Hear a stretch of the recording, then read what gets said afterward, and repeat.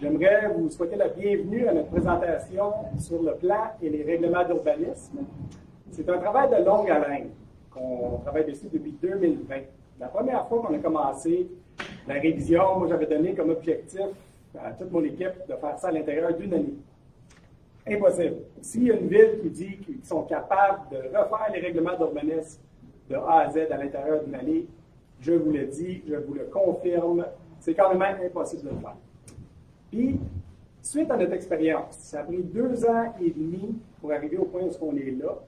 Je vous dirais que c'est une bonne chose. La raison pourquoi je vous dis que c'est une bonne chose, c'est à cause qu'on a eu le temps de parler aux gens, on a eu le temps d'analyser les règlements au conseil, on a eu le temps de regarder où notre municipalité s'en va et où on veut qu'elle s'en aille. C'est très, très, très important. Donc moi, je suis juste le maître de cérémonie ce soir.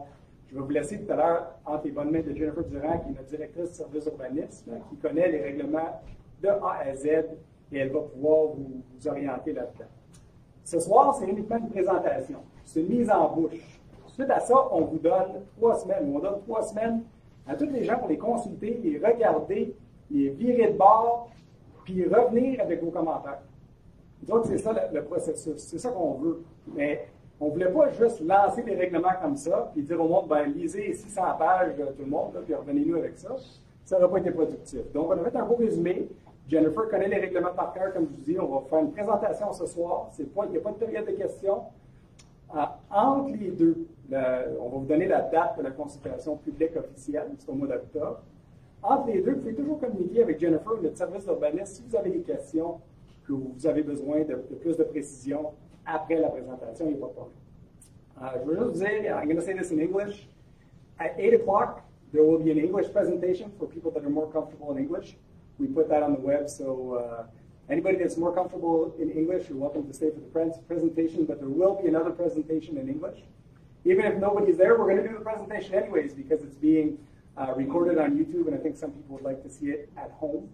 So both presentations, French and English, will be recorded on YouTube, and people will be able to look at them at their leisure later on. Donc, le plan de la soirée, je vais vous le donner. Voir si je vois, ouais. Donc, l'introduction et la présentation, je vous fais ça. La mise en contexte également, ça va être moi. Le troisième, c'est le plan d'urbanisme, ses objectifs et les principaux changements. 4e point, la réglementation d'urbanisme et ses principaux changements. 5e point, c'est les procédures d'adoption et l'échéancier d'adoption. 6e, c'est la date de l'Assemblée de consultation publique, où il va y avoir des commentaires et questions, et la petite conclusion. Donc, pour le numéro 2, mise en contexte, c'est très, très simple comment que le Conseil a regardé ça. Il y a 3 principes qui nous ont guidés tout au long de la mise en œuvre, de la création ou la refonte totale des règlements d'urbanisme. Première chose, ça fait depuis 2007 que les règlements d'urbanisme n'ont pas été faits. Ça fait 15 ans. Et je peux vous dire, à l'intérieur de 15 ans, la municipalité a beaucoup changé. Hein, on l'a vu durant les dernières années, beaucoup de développement, beaucoup de changements au niveau de la population a augmenté beaucoup. Et il fallait que les règlements reflètent notre volonté d'encadrer ce développement-là. Donc, ça, c'est une chose. Deuxième chose qu'on a vue avec le développement, c'est corollaire à ça, c'est la disparition, lentement mais sûrement, des milieux humides, des milieux verts, puis la volonté de tout le monde de préserver les espaces verts. Ça, c'est le deuxième principe qui a guidé la mise en œuvre de notre réglementation d'urbanisme. Troisième chose, c'est pas unique à Morin-Heights, c'est les changements climatiques. Tout le monde vit les changements climatiques, puis il faut que nos règlements reflètent la volonté de la municipalité de s'adapter à ces changements climatiques-là.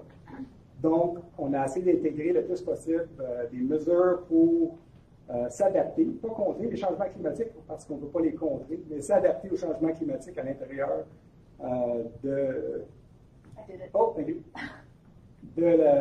règlements d'urbanisme. Donc, c'est vraiment les 3 principes qui ont guidé le Conseil. Le Conseil a regardé les documents au complet. Tous les membres du Conseil ont passé à travers. On a émis nos commentaires. Puis, c'est là qu'on est rendu dans le travail. Prochaine étape, c'est vous. Donc, on fait la présentation ce soir. On vous fait une mise en bouche. Prochaine étape, c'est on a besoin de vous. On a besoin de vos commentaires. On a déjà reçu au-dessus de 40 mémoires qu'on a considérées pour l'élaboration de la première version des règlements. Et suite à ça, bien, on va attendre vos commentaires puis votre idée là-dessus. Parce qu'on fait ça en équipe, hein? On fait ça tout le monde pour que notre milieu de vie en soit un de qualité. Donc, merci beaucoup. Après ça, je vous laisse entre les bonnes mains de Jennifer. Bonsoir tout le monde. Vraiment, ça me fait plaisir d'être ici avec vous ce soir. Comme si bien dit M. le maire, ça fait longtemps qu'on a hâte de vous présenter le fruit de notre travail ardu, le document sur lequel on travaille depuis effectivement 2 ans et demi maintenant. Naturellement, comme a dit M. le maire, on a été plusieurs acteurs et intervenants à avoir travaillé sur le dossier de la révision des règlements et du plan d'urbanisme. Donc, notamment, un des acteurs principaux est Mme Hélène Doyon, qui est l'urbaniste et notre consultante externe qu'on a embauchée pour vraiment nous aider à mener à terme le processus complet de la révision des règlements.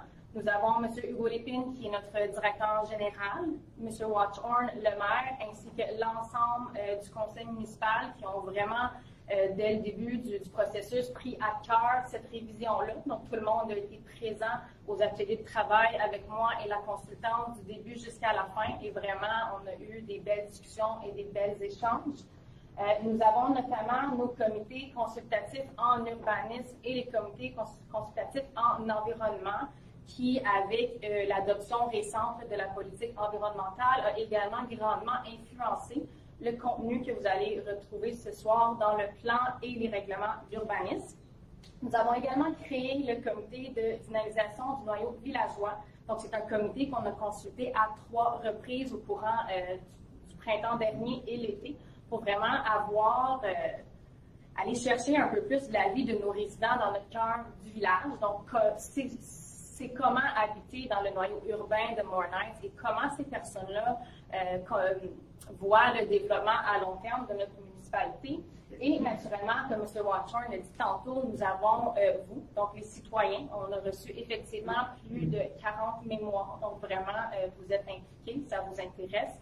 Et je vous ai toutes lues. J'ai des mémoires très courtes de 1 paragraphe, comme que j'en ai de 14 pages de long. Et vraiment, vous avez des bonnes idées et c'est super intéressant.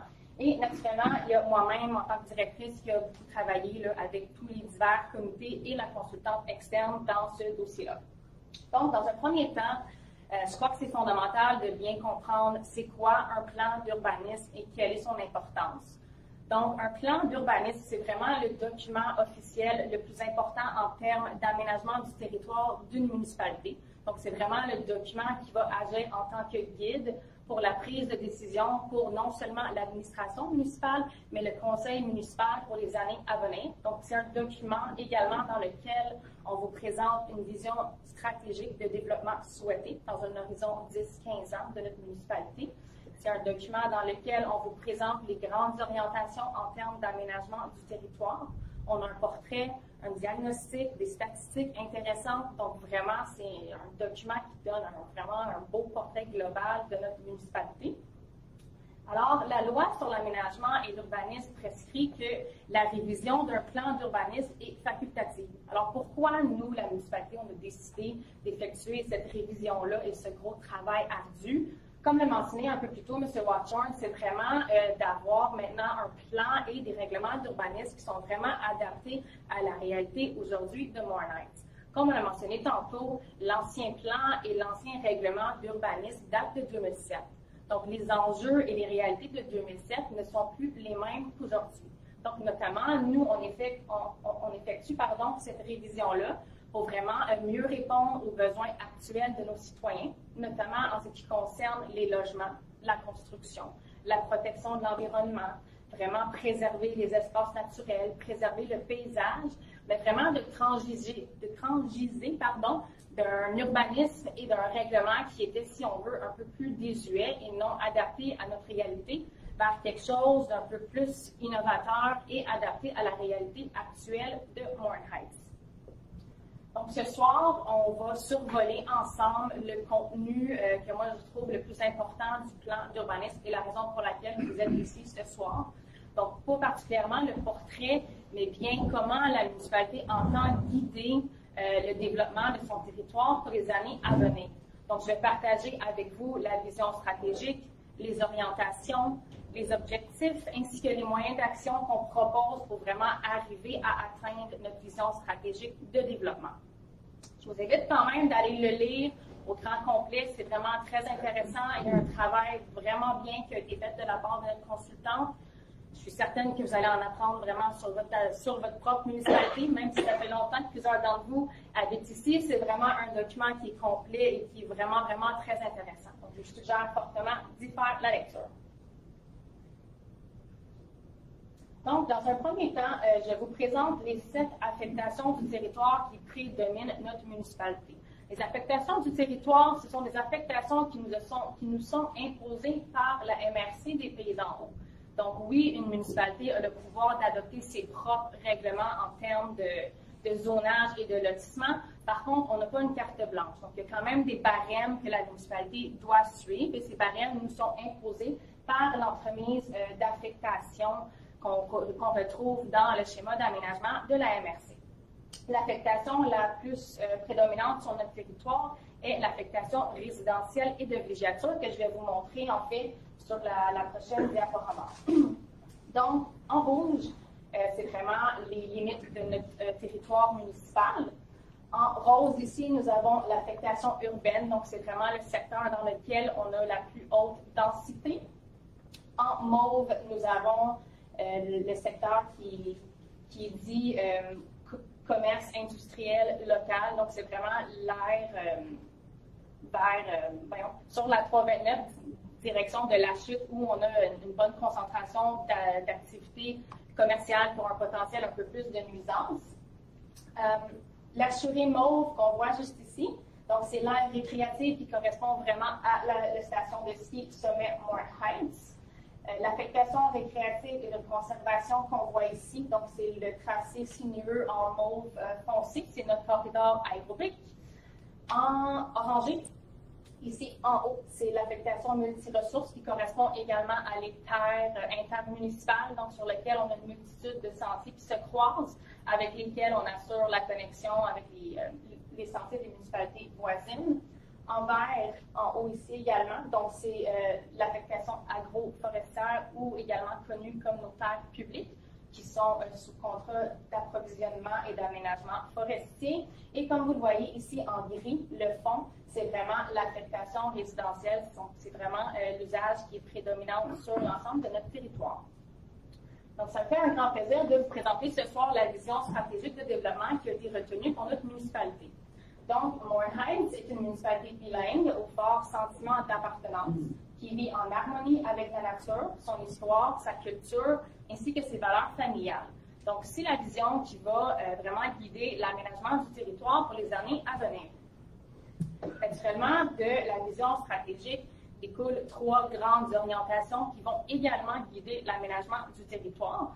Donc, ces orientations interviennent sur le milieu de vie, le patrimoine collectif, ainsi que le noyau villageois. Et chaque orientation est accompagnée d'une série d'objectifs et d'actions qui sont proposées pour vraiment mener à terme la réalisation de cette vision stratégique-là.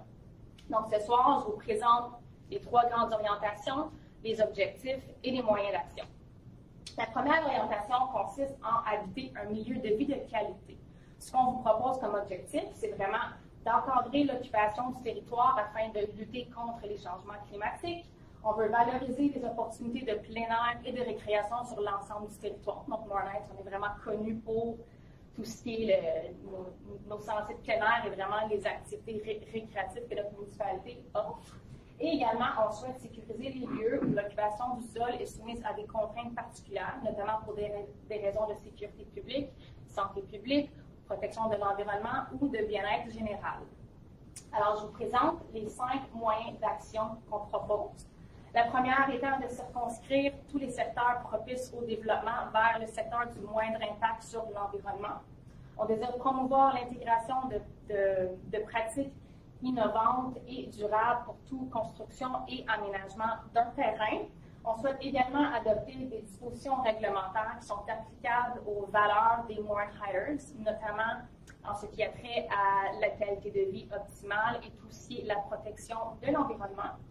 Et on souhaite adopter un cadre réglementaire qui va venir encadrer l'aménagement des terrains afin de conserver en tout temps un boisé privé. Donc, on cherche vraiment à mettre en valeur la protection des espaces naturels et limiter tout tout déboisement excessif. Et également, on souhaite adopter un règlement sur les plans d'implantation et d'intégration architecturale qui va venir plutôt réglementer l'intégration du bâtiment au paysage et pas particulièrement l'architecture. Donc, vraiment, comment le bâtiment, lui, peut s'intégrer à l'environnement naturel existant. La deuxième orientation consiste à préserver le patrimoine collectif de Morin-Heights. Donc, comment on préserve un patrimoine collectif? Nécessairement, c'est en préservant le patrimoine bâti et en préservant le patrimoine environnemental et paysager. Encore une fois, je vous présente 5 moyens d'action qu'on propose pour y arriver. Notamment, on veut régir strictement toutes les interventions qui sont à proximité de ou à l'intérieur de tout milieu humide, hydrique et sensible sur l'ensemble du territoire. On veut se doter d'un plan directeur des parcs afin de gérer adéquatement tout ce qui est le développement de nos réseaux de sentiers plein air. On veut également se doter d'un plan d'acquisition de terrain afin de nous permettre de vraiment d'assurer la pérennité de tous nos sentiers, de favoriser les connexions qui nous manquent et les connexions qu'on pourrait avoir avec les municipalités avoisinantes. Actuellement, on a environ 14% de notre territoire qui est zoné, si on veut, comme conservation, donc qui est vraiment protégé et qui demeure à l'état naturel. Donc, on souhaite vraiment augmenter cette cible-là et on s'est fixé comme pourcentage un 20% d'espace naturel protégé. Nécessairement, si on atteint le 20% plus tôt que prévu, on n'arrête pas là. On souhaite vraiment toujours se dépasser et d'aller plus loin, mais c'est la cible qu'on se fixe pour les prochaines années à venir. On a parlé beaucoup de tout ce qui est usage récréatif de plein air et c'est des éléments qui font en sorte que notre municipalité est très attrayante pour non seulement les nouveaux arrivants, mais pour les gros amateurs de sport et plein air. Ce qui crée aussi beaucoup de Airbnb et locations à court terme. Donc, on souhaite vraiment se doter d'un cadre réglementaire qui va nous permettre de gérer adéquatement tout ce qui est la location à court terme sur l'ensemble de notre territoire. Est-ce que je parle trop vite ou ça va bien jusqu'à maintenant? Ça va? Parfait. Parce qu'il y a beaucoup d'informations, il faut vraiment j'enchaîne. Notre troisième orientation consiste à revitaliser le noyau villageois. Donc, encore une fois, il y a 3 objectifs. Donc, on veut rendre attrayant davantage notre noyau villageois. On veut améliorer les conditions de mobilité active dans notre cœur de village et on veut favoriser la création de lieux de rassemblement. Donc, on veut vraiment que nos citoyens viennent dans notre noyau villageois et qui occupent la place publique. Hein, parce que plus qu'il y a du monde dans le village, plus que c'est les citoyens qui vont prendre la place et on va vraiment essayer de limiter la place que prend le véhicule. Encore une fois, je vous propose 5 moyens d'action pour y arriver. Donc, on désire offrir des incitations à la rénovation ou à la transformation de bâtiments qui ont besoin d'un petit coup de pinceau, un petit peu plus d'amour par l'entremise d'un programme de subvention municipale. On souhaite mettre en place des liens cyclables et piétonniers qui vont relier les points de service au village avec les secteurs de développement autour, tout en favorisant le concept de marchabilité. On souhaite également identifier toutes les opportunités possibles de développement, de redéveloppement ou de transformation de tout bâtiment qui est sous-utilisé ou un emplacement qui est vacant dans le centre du village. Également, on a la chance, comme nous, petit village, d'avoir la magnifique rivière à Simon qui suit en fait notre rue principale. Donc, on essaie de trouver une manière en harmonie avec l'environnement de vraiment mettre en valeur ce concept-là. On est présentement en train d'étudier la possibilité d'aménager un second accès public à la rivière à Simon. Donc, on a toujours le parc Loomis, mais qui peut être très occupé durant l'été ou lors des journées de congé. Donc, on essaie de trouver un autre endroit où on pourrait planifier ce deuxième accès public-là. Et de manière générale, on souhaite vraiment améliorer le domaine public. Donc, soit par le remplacement des lampadaires, l'installation de mobilier urbain tel que des bancs-parcs, du mobilier tel que les supports à vélo, des trottoirs et d'aménager des traverses piétonniers qui sont sécuritaires. Parce que des fois, le samedi, c'est pas particulièrement facile de passer du Mickey's à la bibliothèque. Donc, c'est vraiment les plans d'action qu'on se donne qui vont vraiment, en fait, guider l'aménagement du territoire de la municipalité pour les années à venir. Donc, comme je disais tantôt, je ne peux pas passer page par page, article par article, le plan d'urbanisme avec vous, mais vraiment, ce qu'on vous présente ce soir, c'est l'essentiel, c'est la base, c'est vers là que la municipalité veut aller en termes d'aménagement de son territoire. Donc, ça conclut la partie sur le plan d'urbanisme. Alors, comment une municipalité qui adopte une telle vision stratégique, des orientations et des objectifs s'assure-t-elle qu'on va vraiment arriver à transiger vers cette vision, en fait? Notamment, c'est par l'adoption de règlements d'urbanisme qui sont vraiment en conformité avec le plan. Parce que si les règlements ne concordent pas avec le plan, bien, naturellement, un plus un égale pas deux. Hein? Donc, maintenant, on va vraiment entrer dans le vif du sujet, donc le cadre qui est vraiment réglementaire, donc ce qui est opposable aux citoyens, les règlements que tout le monde va devoir suivre. Encore une fois, c'est le contenu que je vous présente ce soir, pour moi, c'est le contenu que je trouve le plus important, ce qu'on appellerait en anglais game changers, donc vraiment où la municipalité fait un pas vers l'avant et pousse vraiment à sa limite la réglementation municipale. Je vous invite quand même d'aller le lire. Prenez le temps, c'est recto verso, c'est à peu près 500 pages. Il y a des bonnes idées, il y a du contenu vraiment intéressant. Donc, j'ai hâte d'avoir votre feedback le 18 ou sinon par courriel. Mais c'est ça, je vais vraiment me concentrer sur les principaux changements et l'information que moi, je crois, vous voulez toutes entendre ce soir. Donc, dans un premier temps, comme M. le maire l'a dit tantôt, c'est un processus qui n'a pas débuté hier. Hein. Ça fait 2 ans et demi au moins qu'on réfléchit, qu'on commence les démarches. Et on a grandement réalisé que ce ne serait pas une simple révision, mais bien sûr qu'on allait faire une mise aux normes au complet des règlements. Donc, vraiment, on a pris l'ancien plan, l'ancien règlement, on a fait un beau X et on a commencé avec une page blanche. Donc, vraiment, le règlement que vous allez pouvoir consulter vous propose une nouvelle structure. Donc, on a une belle table des matières. Tout est vraiment classé par usage. Donc, on n'a plus à chercher du début, aller jusqu'à la fin. Donc, on a les usages principaux, les usages accessoires, les bâtiments principaux, les bâtiments accessoires, les constructions accessoires. Donc, vraiment, tout a été pensé de manière à rendre ça le plus simple pour non seulement l'administration municipale, mais vraiment tous nos citoyens. Le travail de l'urbanisme, pour nous, des définitions, c'est vraiment quelque chose qui est très, très important pour nous. Et dans le règlement, dans l'ancien règlement, on avait pas une grande terminologie, mais pour nous, ça peut peut-être sembler banal pour tout le monde ici, mais nous, une définition, c'est extrêmement important. Donc, qu'est-ce qui est une construction au sens de la réglementation municipale? C'est pas la même chose que la définition qu'on peut retrouver dans le Larousse, par exemple. Et naturellement, ce qui était fondamental pour nous en faisant cette révision-là, c'était naturellement d'assurer une concordance entre la politique environnementale qu'on vient d'adopter et le plan et les règlements d'urbanisme. Donc, la politique a vraiment été la fondation de l'idéologie derrière l'ensemble des règlements qu'on va vous présenter ce soir. Donc, ici, on a la liste des règlements qui sont en vigueur depuis 2007, à part les 2 derniers ici, qui sont des règlements de contrôle intérimaire qui ont été adoptés en 2020 et qui ont évolué également en 2021. Tous ces règlements-là, ils vont être abrogés avec l'entrée en vigueur des nouveaux règlements, qui sont les suivants. Donc, comme vous pouvez le constater, le titre des règlements reste la même chose parce que c'est les titres qui nous sont imposés par la loi. La seule chose qui change vraiment, c'est la numérotation. Donc, on a le règlement 641 jusqu'au règlement 648 et l'année d'adoption du règlement par la suite. Donc, le premier règlement que je vous présente ce soir, c'est le règlement sur les permis et certificats. Donc, le règlement sur les permis et certificats, c'est un règlement qui permet à la municipalité de vraiment encadrer tous les usages et constructions sur son territoire. Donc, ça nous permet de déterminer quand on exige un permis, quand est-ce qu'on n'en exige pas, c'est quoi les documents qui sont requis pour l'obtention d'un permis et les conditions qui doivent être respectées pour avoir l'obtention d'un permis. Donc, c'est un règlement qui est très, très, très fondamental au travail à l'urbanisme et un règlement qui est très important. Donc, les principaux changements, on est venu réviser la période de durée et de validité des permis. Donc, dans l'ancien règlement, la plupart des permis étaient bons pour 12 mois. Donc, maintenant, on vous propose des durées de permis qui sont variables selon les types de travaux.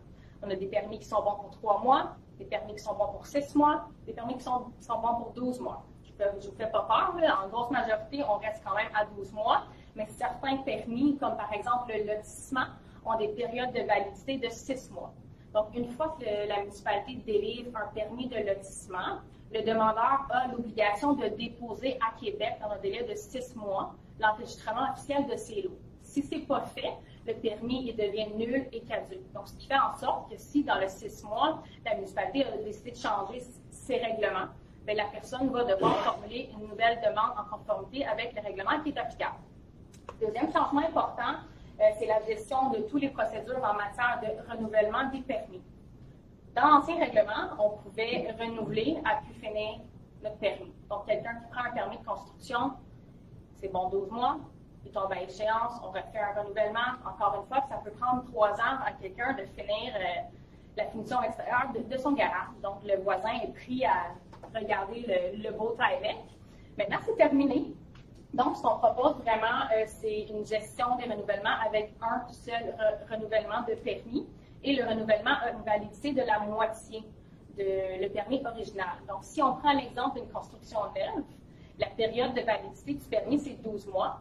Et le demandeur peut renouveler une seule fois le permis pour une période de 6 mois.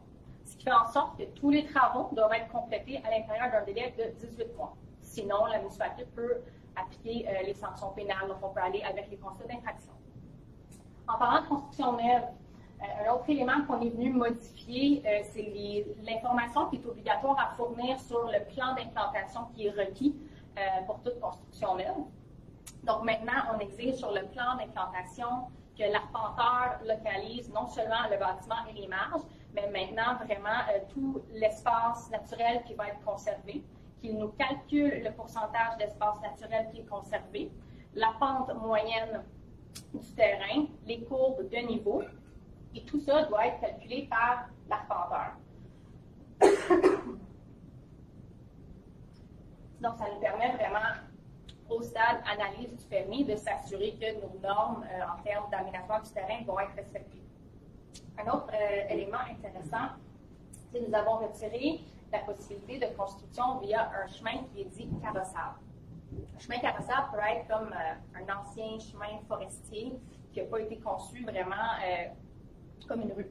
Donc maintenant, avec l'adoption du nouveau règlement, tout lot à construire doit être adjacent à une rue publique ou à une rue privée qui est reconnue par la municipalité.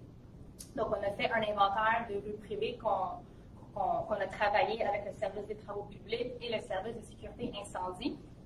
Et je vous invite à aller voir la liste des rues privées. En grande majorité, toutes les rues privées y sont reconnues. Donc, on va pouvoir quand même permettre des constructions ou reconstructions.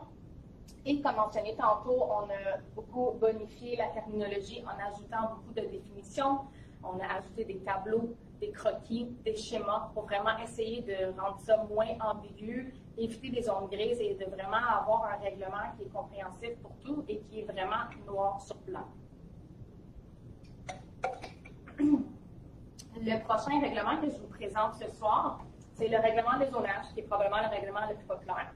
C'est vraiment le règlement qui permet à la municipalité de diviser son territoire en secteurs de zones, de gérer les usages, de gérer l'intégration du bâtiment par notamment des marges de recul, des volumes, des superficies minimum. C'est un règlement, comme vous voyez, la diaporama est pleine. Donc, j'avais vraiment beaucoup de contenu que je voulais partager avec vous ce soir. J'en aurais mis plus, mais je suis limitée quand même à une diaporama par règlement. Comme je vous dis, je vous présente ce qui est vraiment fondamental, ce qui est le plus important.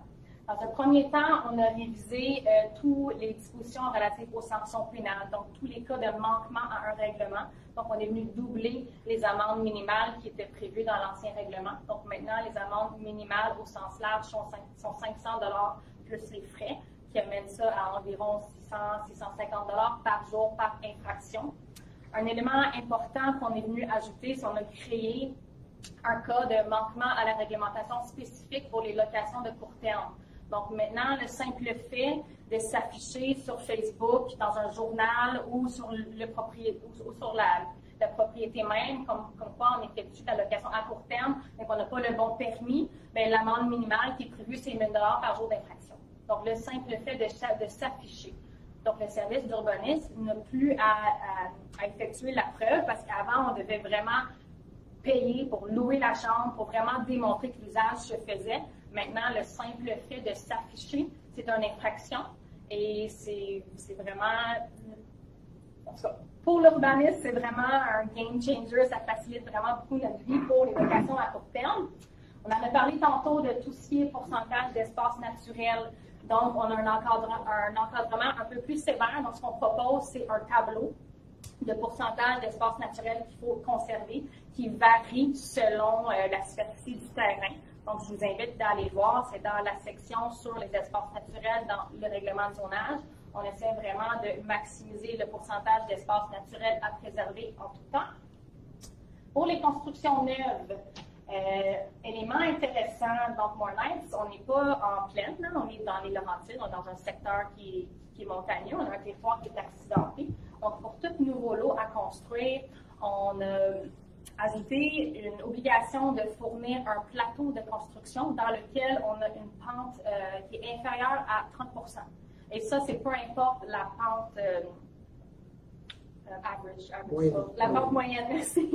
Et ça, c'est peu importe la pente moyenne du terrain à construire. Donc, pour tout lot de 2000 m² et moins, on exige la démonstration d'un plateau de construction de 800 m² et la superficie est augmentée à 1200 m² pour les propriétés qui ont une superficie de 2000 m² et plus. On a ajouté une section sur l'obligation de conserver en tout temps la topographie naturelle du site, donc de limiter au maximum tout ouvrage de dynamitage, déblais et remblais. Sur l'ensemble du territoire, on propose de maintenir une bande de protection riveraine de 15 mètres, et ce, peu importe la pente. Donc, encore une fois, on est un petit peu plus sévère que les normes du ministère. Donc, le ministère, lui, exige aux municipalités d'appliquer une bande de protection riveraine qui est de 10 ou 15 mètres, qui varie selon la pente. Nous, à Morin-Heights, c'est 15 mètres partout. Dans vos mémoires, il y avait beaucoup de personnes qui ont proposé à la municipalité d'adhérer vers le concept de Dark Sky. Donc, on est allé voir c'est quoi les concepts de Dark Sky, comment qu'on peut appliquer ça. Il y a une municipalité au Québec qui le fait vraiment adéquatement et c'est Lac-Mégantic. On est allé voir le règlement sur Dark Sky, c'est à peu près 25 pages. Ça, c'est seulement pour gérer la luminosité extérieure. Pour une municipalité qui gérait zéro la luminosité extérieure, on trouvait que c'était un changement un peu trop drastique d'aller directement vers le modèle de Dark Sky.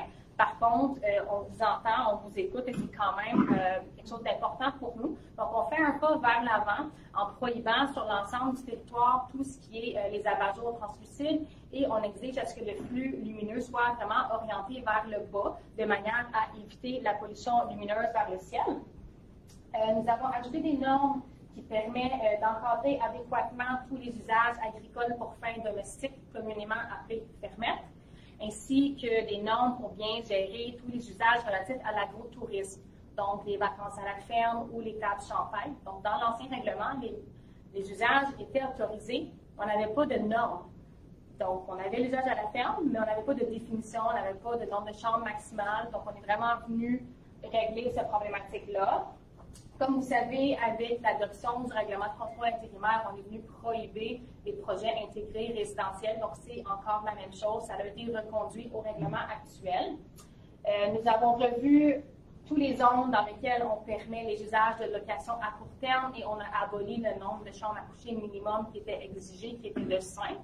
Donc, ça fait vraiment un gros party. Par contre, les maisons de 5 chambres sont quand même beaucoup plus rares que les maisons de 3 chambres, par exemple. Donc, maintenant, il faut vraiment être dans la bonne zone où l'usage est autorisé et le nombre de chambres à coucher qu'on peut mettre en location est déterminé en fonction de la capacité de l'installation sanitaire.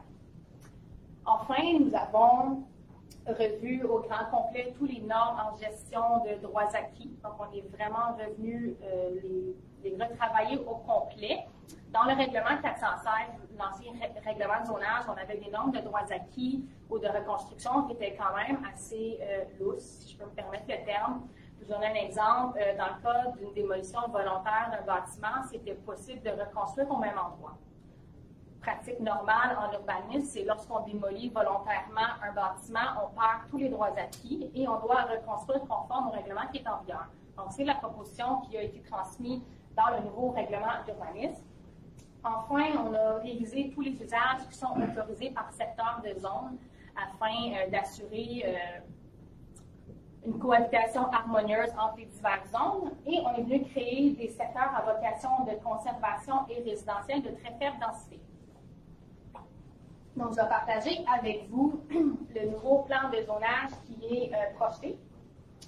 Donc, les petites zones ici qu'on voit, mix 1, mix 2, mix 3 en rose, ça correspond vraiment au cœur du village. Donc, c'est des zones dans lesquelles on a mixité d'usage. Hein? Donc, on a une très forte densité d'usages résidentiels et on a des usages commerciaux qui sont sans impact sur le voisinage. Donc, pensons une pharmacie, des services personnels, professionnels. Donc, tout ça, c'est autorisé dans ces secteurs de zones-là.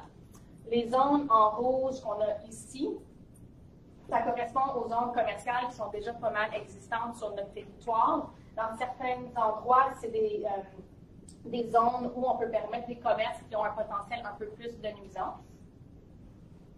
En haut ici, en brun, c'est nos terres publiques.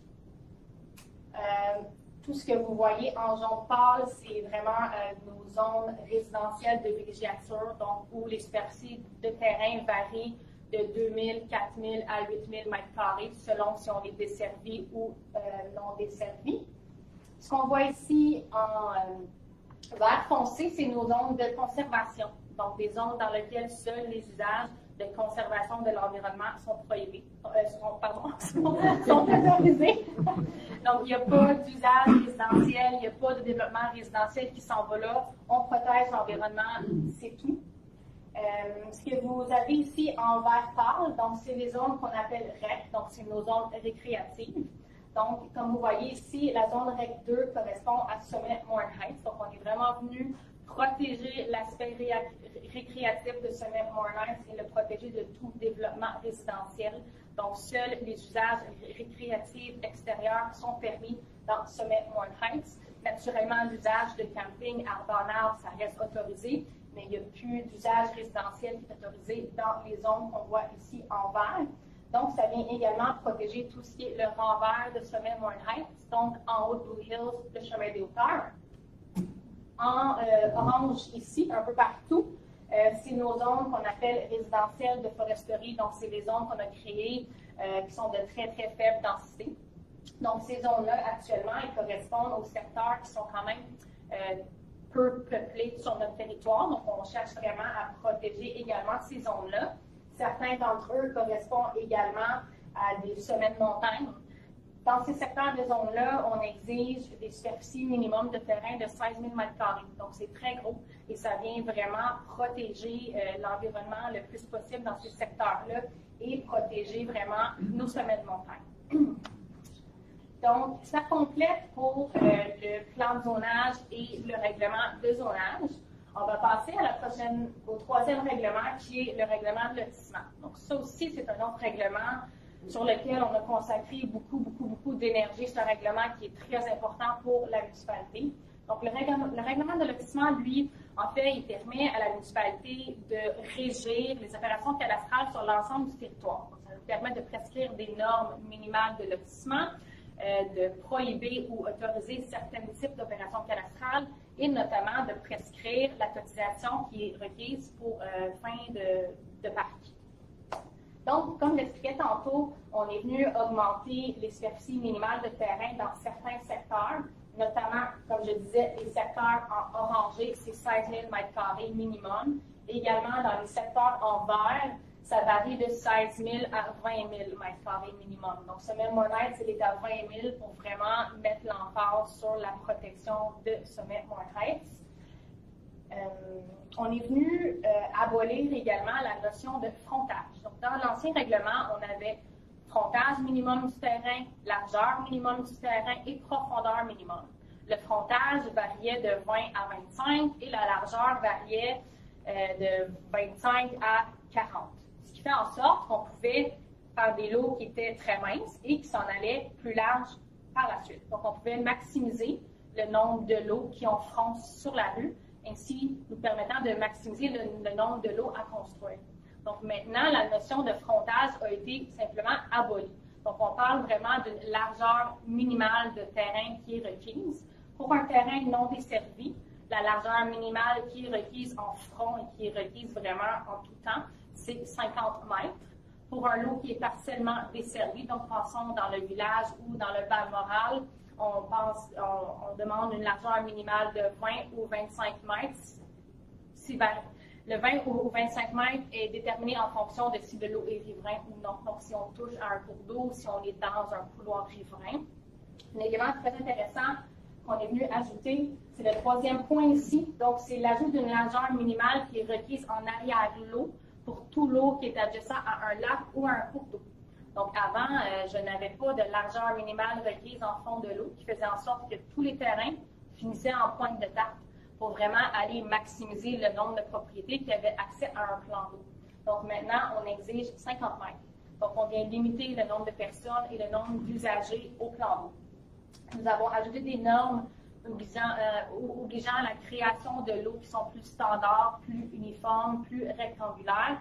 Par contre, on est bien conscient qu'il y a des contraintes environnementales qui feraient en sorte que peut-être un lot aurait en arrière une forme plus particulière parce qu'on est adjacent à un lac ou à un cours d'eau. Donc, on est bien conscient, mais ce qu'on cherche à avoir, c'est vraiment un lotissement qui est plus standard et d'éviter les formes de l'eau qu'on se faisait donner avant.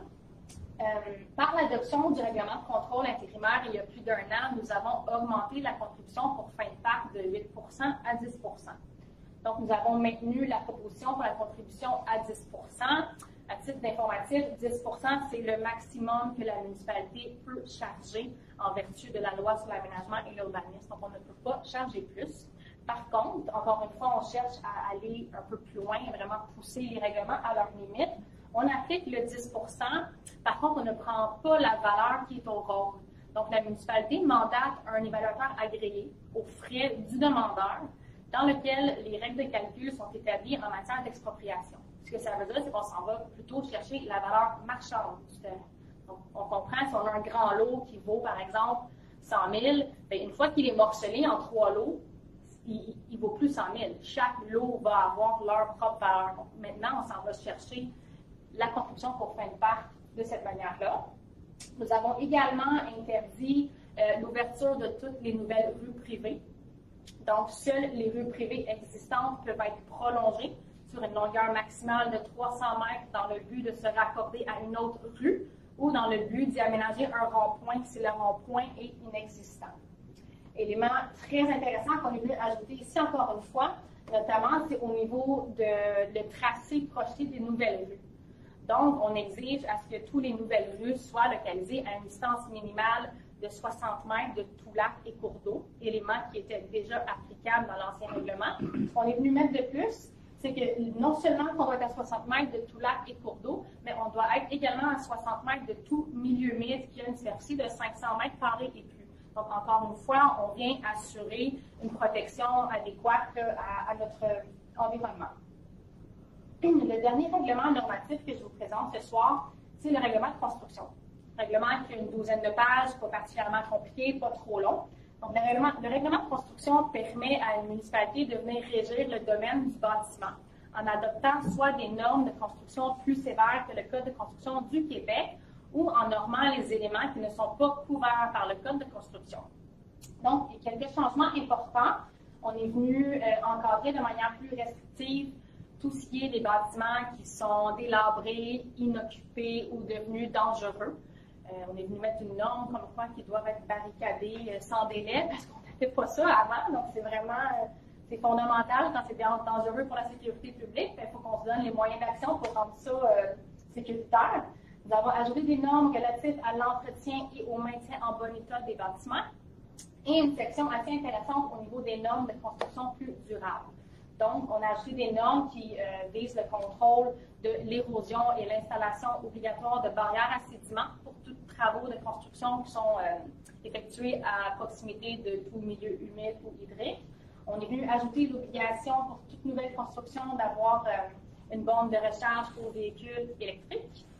Toute nouvelle construction doit également être munie d'une toilette à faible débit, donc une toilette qui va utiliser 6 litres d'eau maximum par chasse. Ça s'applique également pour tous les bâtiments existants qui doivent remplacer leur toilette. Et on a ajouté la possibilité d'aménager un toit vert ou un toit végétalisé. Donc, ça complète pour la section sur les règlements normatifs. Donc, maintenant, je vais vous présenter 3 règlements à caractère discrétionnaire. Donc, ce que ça veut dire, c'est 3 règlements que lorsqu'ils sont applicables, le demandeur du permis doit franchir une étape de plus. Donc, on doit avoir l'autorisation du conseil municipal pour avoir son permis. Donc, les règlements sont le PIA, le projet particulier, construction et occupation et modification d'un immeuble, et le règlement sur les dérogations mineures. Donc, je vais vous les présenter un par un. Le premier que je vous présente, c'est le règlement sur les PIA. Donc, c'est un plan d'intégration, c'est un plan d'implantation et d'intégration architecturale. Donc, c'est un règlement qui est applicable en plus de tous les autres règlements normatifs de la municipalité. Et les interventions qui sont assujetties à une évaluation qualitative qui est faite par les membres du CCU et le conseil municipal lors de la demande de permis.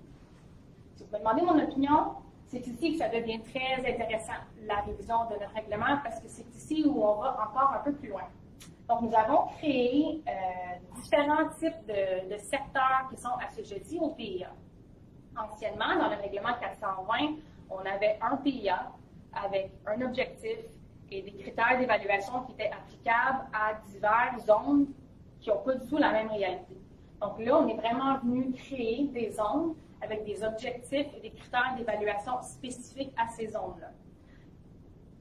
Vous avez ici les secteurs d'intervention qui vont maintenant être assujettis au PIA. Donc, toutes les constructions neuves et tous les agrandissements en hauteur à une altitude de 350 mètres et plus sont maintenant assujettis au PIA. Toutes les constructions neuves, rénovations extérieures et agrandissements dans le noyau villageois et dans certains secteurs le long de la 329 et la 364 sont également assujettis au PIA, ainsi que toutes les opérations cadastrales qui ont pour effet de créer 5 lots et plus, l'ouverture d'une nouvelle rue ou le prolongement d'une rue existante sont également assujettis à ce règlement-là. Les objectifs généraux visés sont notamment à préserver l'environnement, limiter le déboisement, limiter les traverses de cours d'eau et vraiment d'assurer l'intégration des constructions projetées dans l'environnement naturel et de préserver nos sommets de montagne. Le premier que je vous présente, c'est les secteurs d'élévation. Donc, comme vous voyez ici, c'est la carte de notre municipalité. Toutes les propriétés qui touchent aux secteurs qui sont en jaune et en rouge, maintenant doivent passer par l'étape du PIA avant d'avoir leur permis de construction ou d'agrandissement en hauteur. L'objectif qu'on propose, c'est d'assurer une intégration du bâtiment au paysage. Donc, on ne veut pas que le bâtiment arrive et détruise le paysage, on veut que le bâtiment arrive et s'intègre harmonieusement au paysage existant. Voici 4 critères pour l'évaluation de la conformité du projet. Donc, le projet doit tendre à conserver la topographie naturelle du site en limitant au maximum le dynamitage et tous travaux de déblais et remblais. Le projet privilège une implantation du bâtiment où le bâtiment peut s'implanter et se dissimuler avec l'environnement déjà existant. Les choix de couleurs des murs extérieurs et des toits doit être pensé en fonction de la nature existante, encore une fois. Donc, on veut que le bâtiment se fond et s'intègre harmonieusement au paysage à longueur d'année. Et enfin, la proposition d'éclairage, encore une fois, elle est limitée, donc elle est sobre et elle est limitée à des fins de sécurité. Donc, les nouvelles constructions qu'on voit en montagne avec les 40 lumières de soffit, ça, c'est pas des fins de sécurité. Ça, c'est vraiment, voici mon bâtiment, regardez-moi. Donc, ça, c'est terminé. C'est vraiment limité à la sécurité publique seulement. Le deuxième point que je vous présente, donc, comme je mentionnais tantôt, c'est toutes les opérations cadastrales qui ont pour effet de créer 5 lots et plus ou l'ouverture d'une rue. Donc, ce qui va là, c'est tous les projets de développement. Donc, c'est plus juste un permis, mais c'est également une évaluation en fonction d'objectifs et critères qu'on vous présente ce soir. Il y en a d'autres, mais je vous présente, selon moi, les plus importants. Donc, l'objectif visé, c'est vraiment de planifier le réseau routier qui tient compte des caractéristiques naturelles et paysagères du secteur et de concevoir un lotissement qui est également adapté aux réalités du secteur. Les critères qu'on vous propose, c'est que le tracé de la rue emprunte les secteurs du moindre impact. Le tracé, encore une fois, évite tout dynamitage et remaniement du sol et que le tracé permet l'aménagement adéquat de fossés et tout ouvrage de rétention et gestion des eaux de ruissellement et que la fonte des lots permet de préserver des massifs d'arbres pouvant également agir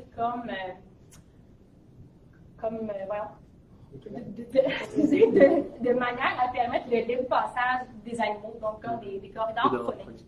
Exact. Pour cette section-là, il y a 3 documents additionnels qui doivent être fournis par le demandeur, notamment pour tout projet de lotissement de 5 lots et plus.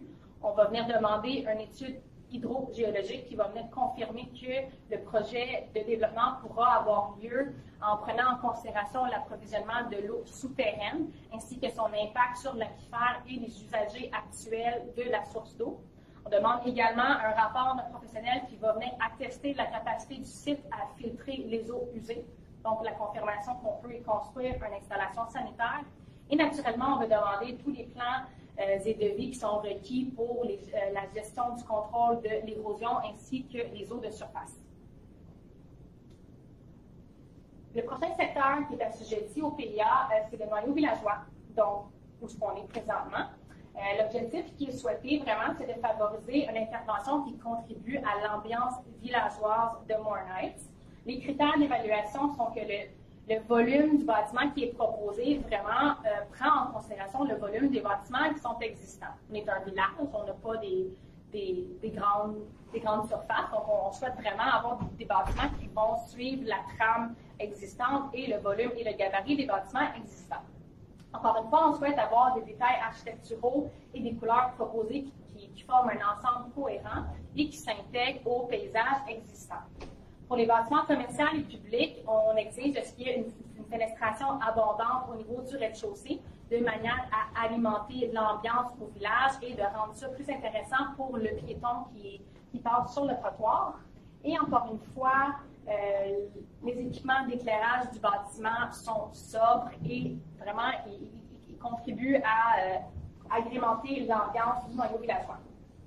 Dans un dernier temps, on vous propose un PIA relatif à une murale, donc une œuvre artistique.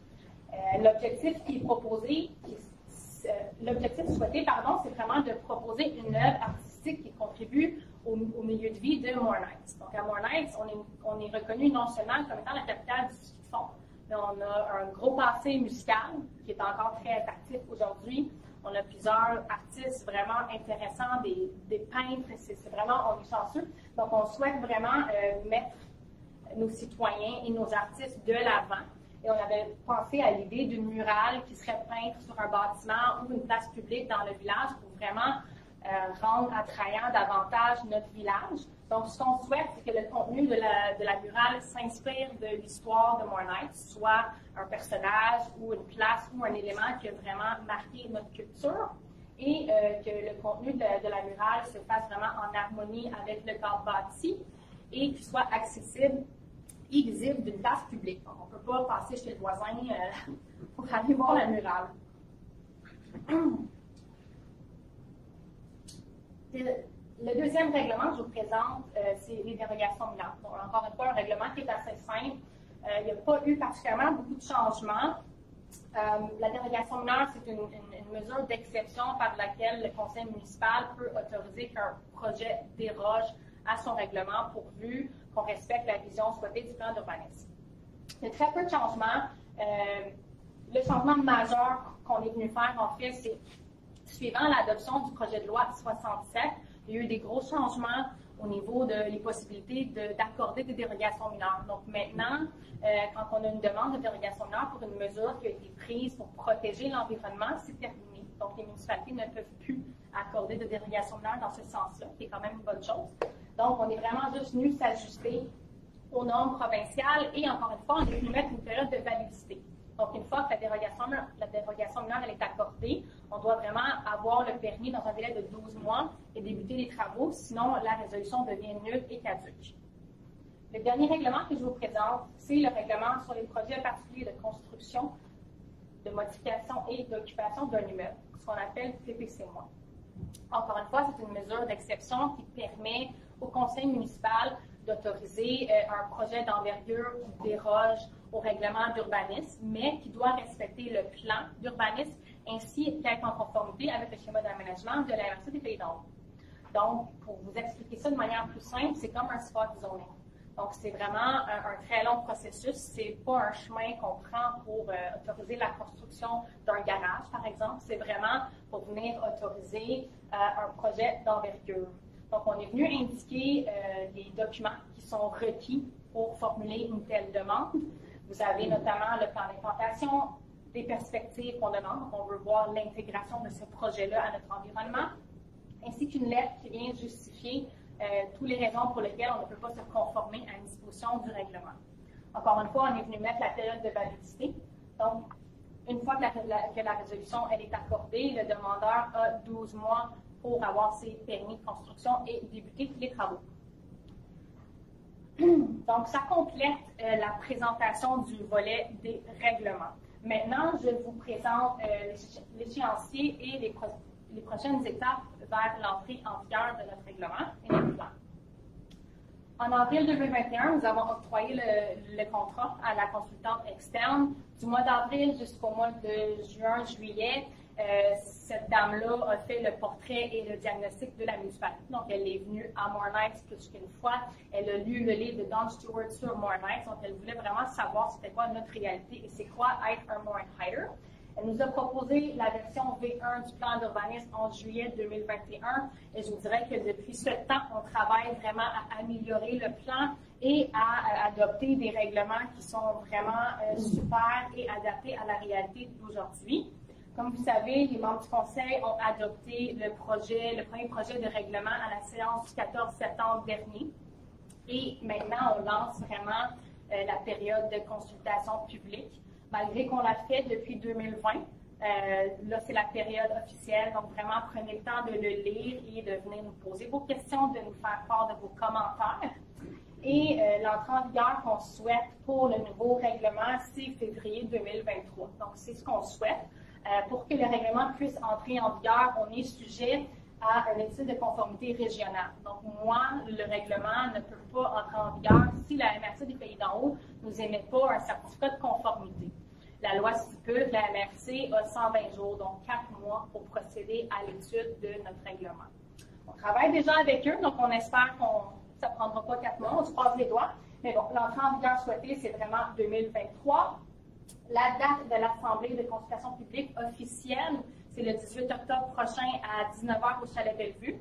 Par contre, comme M. le maire l'a dit plus tôt, si vous avez des questions, quoi que ce soit, l'Hôtel de Ville, mon bureau est là, vous venez me voir, un courriel, un appel, peu importe, comme vous voulez. Ici, nous avons l'adresse courriel qui a été conçue vraiment pour la révision du règlement. Donc, c'est consultation avec un S à morin-heights.com. Si vous n'avez pas de papier ou crayon, la version PDF va être sur le site web, donc vous allez pouvoir aller retracer l'adresse courriel là. Pour conclure, la municipalité de Morin-Heights se dit maintenant tourner vers l'avenir. Donc, pourquoi tourner vers l'avenir? C'est que maintenant, avec l'entrée en vigueur de notre nouveau plan et règlement d'urbanisme, on se dit vraiment mieux adapté à répondre à la réalité de nos citoyens et de Morin-Heights d'aujourd'hui, notamment par l'adoption d'orientations de développement qui ont pour effet la création de milieux de vie complets, d'augmenter la qualité de vie de nos citoyens, de s'assurer à l'accessibilité de commerces de première nécessité et vraiment d'orienter tous les nouveaux projets de développement vers les secteurs de moindre impact sur l'environnement et d'assurer vraiment la protection à long terme de notre environnement. Oui, Morin-Heights change, oui, Morin-Heights grandit. Par contre, le sentiment de communauté et d'appartenance, je vous dirais, est quand même aussi fort qu'il a été. Et pour toute l'administration municipale ainsi que les membres du conseil, c'est vraiment important pour nous de, malgré l'évolution, de toujours demeurer vraiment une gouvernance de proximité qui est à l'écoute de ces citoyens et qui a vraiment votre bien-être à cœur.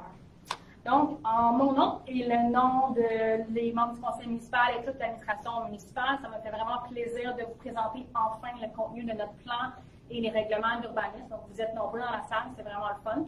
Donc, merci beaucoup pour votre présence et un remerciement spécial à M. Paul McKay et Derek Shearer pour les vraiment belles photos qui ont pu animer ma présentation de ce soir. Alors, merci beaucoup.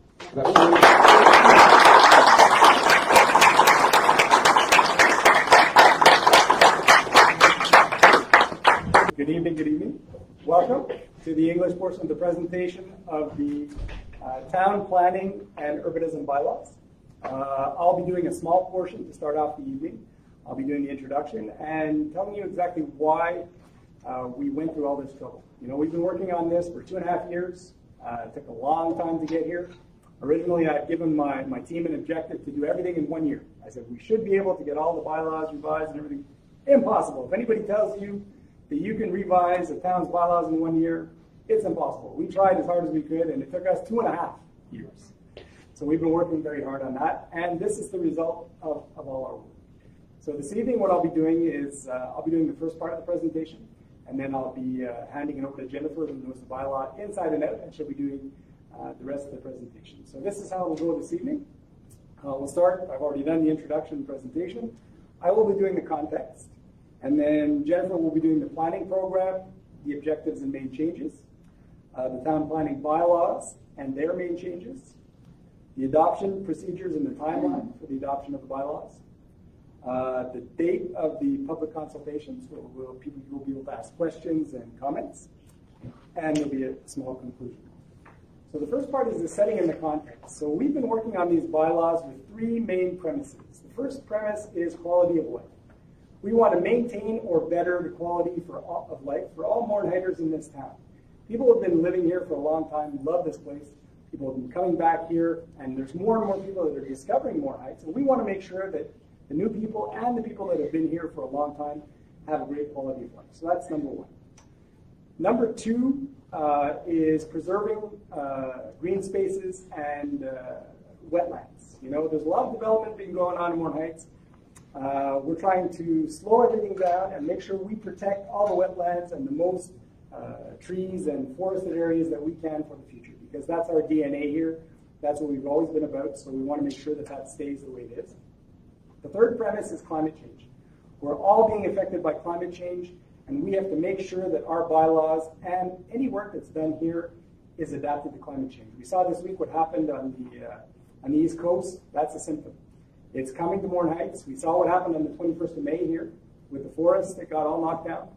That's climate change, and that's something that we have to address, and we have to make sure that our bylaws reflect that. So those are the 3 premises that we've been working on since the beginning, and trying to make sure that our bylaws are able to adapt and evolve and make sure that we protect our citizens in the future. So that's the 3 premises. Jennifer is going to go through the whole bylaws, and tonight is not a question period, so now we're giving you a bunch of information. We're saying, okay, take that, go home, look through it. There's over 500-600 pages of bylaws, but if you want, you don't have to read all the bylaws. That's why we're doing the presentation tonight. So we're giving you a resume of everything that's going to be done in our bylaws. The presentation will be online as of tonight. The bylaws are already online as of September 14th, so you can already consult them. And we think that we're going in the right direction, but now we need you. So the next step is you guys, and we want your comments. We want your input. We've already had 40 memoirs given to us on the bylaws because we've been talking to people about them and telling people to give us their input. This is the fruit of that so far. And we think with your input, we're going to make them even better, and we're going to make Morin-Heights an even better place to live. So Jennifer, take it away. Thank you very much, Mr. Mayor. So as Mr. Watson explained, we have been working on the revision process of our town planning program and its bylaws for many years now. There has been a lot of people that have been involved in this whole process. One of the most important players has been Madame Hélène Doyon, who is our external consultant. So she was mandated by the municipality to help us begin and end this process. We have Mr. Hugo Lépine, who is our Director General. We have Mr. Watchorn, the Mayor, and all members of Council who really took this revision process to heart. They showed up, they rolled up their sleeves, they put the work in, they came to every single workshop that we presented to them with myself, Hugo, and our consultant. We also have the Planning Advisory Committee and the Environmental Advisory Committee, who greatly influence the content of the plan and the bylaws that we're going to present to you this evening, notably with the adoption recently of the environmental policy. And we also have the Village Core Revitalization Committee. This is a committee that was created in the spring to help us with the whole revision process. So it's a committee of residents that really live in the Village Core. So we wanted to get their feedback, their input on what's it like to live really in the heart of Morin-Heights, and what's their vision for growth and development for Morin-Heights. Naturally, we have you guys, so we have the citizens. Since 2020, like Mr. Mayor said, we've been asking you to provide us with your vision of Morin-Heights, your ideas, elements that you believe we should have in our town planning program and our bylaws. We had over 40 memoirs. Some were very short, Some were very long. Mrs. Measures, I'm looking at you. 14 pages to be exact. All this to say the memoirs were really good. You have great ideas, and I think that a lot of you will recognize some of your ideas throughout the presentation this evening. And naturally, there is myself, who, as head of planning and environment, took a pretty active role in this whole process as well. So first of all, I think it's important to fully understand what is the town planning program and why is it so important, why do we keep talking about it. So the town planning program is the municipality's most important document in terms of planning and development of its territory. So it's a document in which we set forth a desired strategic vision for growth. We set orientations and objectives to help guide development. And it's also the document that will help council and the municipality's administration with their decision-making process for the years to come. So the revision of the town planning program is not mandatory. So why did we decide to do this, and why have we taken so long, you know? So we decided to do this really to better respond to the needs of our citizens. The reality that Morin-Heights had in 2007 is no longer the same reality that we have today in 2022. Naturally, it's to better respond to anything to do with housing, construction, environment protection, the revitalization of our village core, and simply protecting the environment. So what we're really looking to do is adopt a simpler and clearer town planning program and planning bylaws that are really clear for everyone and that are adapted to today's reality of Morin-Heights, and to simply move from a regulatory urbanism to something that is more innovative and reflects today's issues and today's needs. So tonight I'm going to present to you the main changes and the main orientations that we are taking for development for the years to come. I can't read the town plan with you guys page by page, article by article. We'd be here all night. But I really strongly suggest that you go read it. It's very interesting. There's a portrait of our municipality, a diagnosis, there's lots of interesting statistics, and I'm sure that even those of you who have been living here for many years now will learn a little bit more about your municipality. Okay, so let's get right into it. So in our town planning program, you have a section on the various land uses that is permitted in Morin-Heights. These land uses are imposed by the regional county municipality, so by the schéma d'aménagement of the MRC des Pays d'Or. So yes, a municipality can adopt its own bylaws, but we don't have a blank canvas. We do have certain guidelines that we need to abide by, and those come from the regional development plan of the municipality. So we have 7 land uses on our territory, the most predominant use being residential. So I will show them to you on the land use plan. The triangle that you see in red is the limits of our municipal territory. So in pink, we have our urban core, so it's the village, so it's our most densely populated area. In purple, we have our local commercial industrial zone, which is located on 329 towards Lachute. We have here the lined purple version, the purple line area is our recreational land use, which corresponds to City Morin-Heights.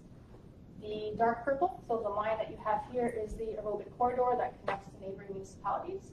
We have our multi-resource and agriculture land up here in the top, so that's really our crown land. And as you can see here in the gray, it's all of our residential land use, so it's really the predominant use of our territory. So I present to you the strategic vision that we are proposing to guide planning and development for the years to come for Morin-Heights. So Morin-Heights is a bilingual municipality with a strong sense of belonging that lives in harmony with nature, its history, its culture, and its and its family values. So this strategic vision is really going to be the guideline for planning and development for the years to come. So from the strategic vision, we have 3 major orientations that will also guide development.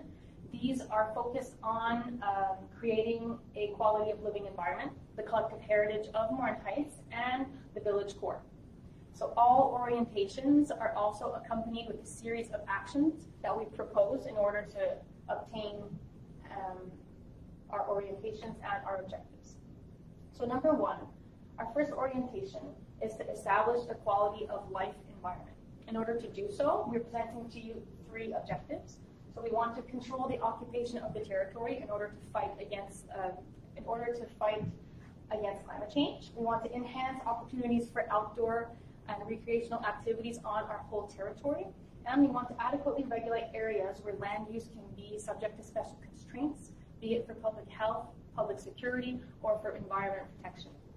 I'm presenting to you 5 action plans that we are proposing. Number 1 being to limit areas for residential development towards the area of lesser impact on nature. We want to promote the integration of innovative and sustainable practices for land development and for construction. We want to adopt regulations that are applicable to residential developments that really reflect the values of Morin-Heights, being quality of life and environment protection. We want to adopt a regulatory framework that will help us adequately control land development and the conservation of private wooded areas. So every lot will have a percentage of natural area that it must maintain at all times. And we wish to adopt a site plan and architectural integration program, which will allow us to properly regulate the integration of the building itself to the nature. So we don't want the building to dominate, we want the building to blend in. Our second orientation is to preserve the collective heritage of Morin-Heights. So how do we do that? We protect the existing built heritage and we protect the environmental and landscape heritage. So to do so, we have 5 actions, again, that we're proposing. So we want to strictly regulate all interventions in and near wetlands, waterways, flood zones, or any sensitive area. We also want to develop a master plan which will help guide the development of parks and the trail system of our municipality. We want to also adopt a land acquisition plan which will help us ensure the sustainability of our outdoor path and trail system, which will allow us to create those connections that we're missing, but also allow us to create those connections with trail systems of neighboring municipalities. As many of you know, roughly 14% of our territory is protected, so it's zoned as a natural area. So we're looking to really increase that percentage to 20%. Excuse me. And we want to establish a regulatory framework to adequately control short-term rentals on our territory.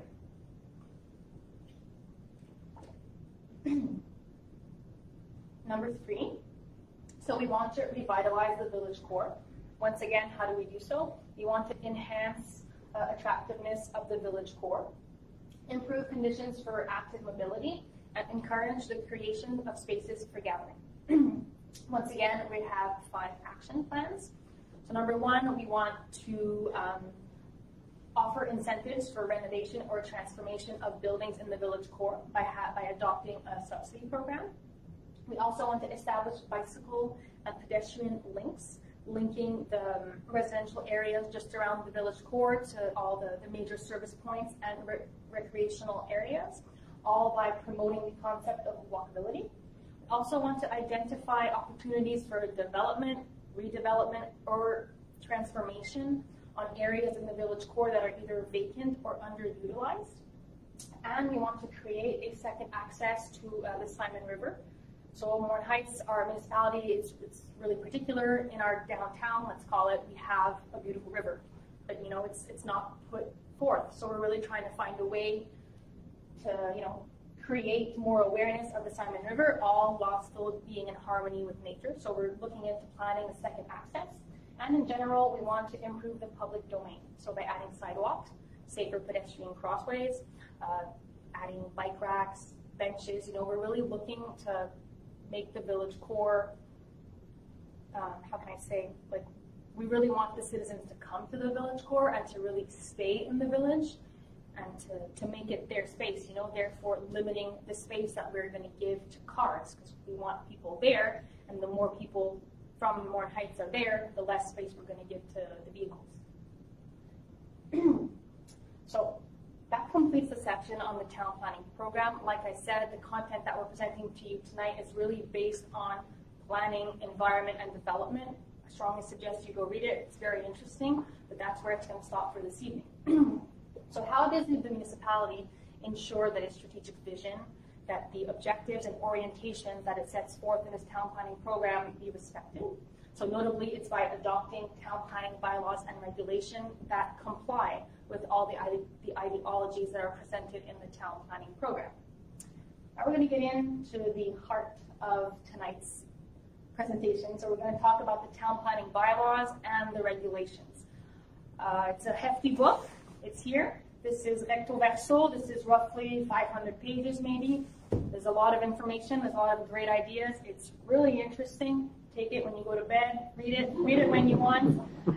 There's a lot of information in there, and I strongly urge you to go read it because I can't present everything tonight because we'll be here until tomorrow morning. But what I am presenting to you is, in my opinion, what you want to hear, and it's what we call the game changer. So where we're going one step further and where we're really pushing the bylaw and regulations to their limit. When we started this process 2.5 years ago, it was a revision process.